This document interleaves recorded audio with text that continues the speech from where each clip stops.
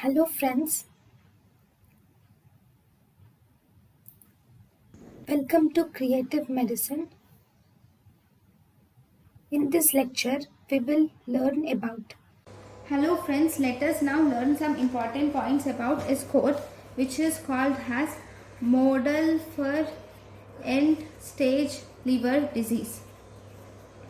Model for end stage liver disease, which is also called as MELD score. So this is mainly,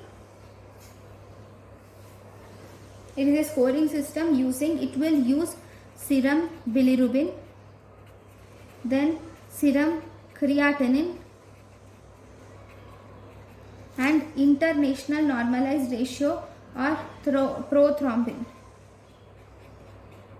International normalized ratio or prothrombin time are used. Right. How are you going to calculate this MELD score? There is a formula for calculation of MELD score. MELD score is calculated by 3.78 into ln of serum bilirubin. This is in milligrams per deciliter plus 11.2 into ln of INR plus 9.57 into ln of serum creatinine plus 6.43. So if you add all these values, you will have MELD score. So if MELD score is 40 or more, then for the 71.3% mortality will be 71.3%. If the MELD score is 30 to 39, mortality is 52 to 52.6%. If the MELD score is 9, then it is less than 1.9% mortality. So what is it tells us about? When the patient has cirrhosis and if the patient has increased MELD score. If the patient has cirrhosis and increased MELD score, this is associated with increased severity of hepatic dysfunction.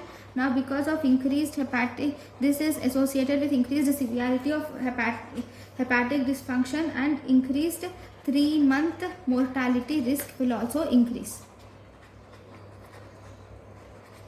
Okay, so this is about the MELD score.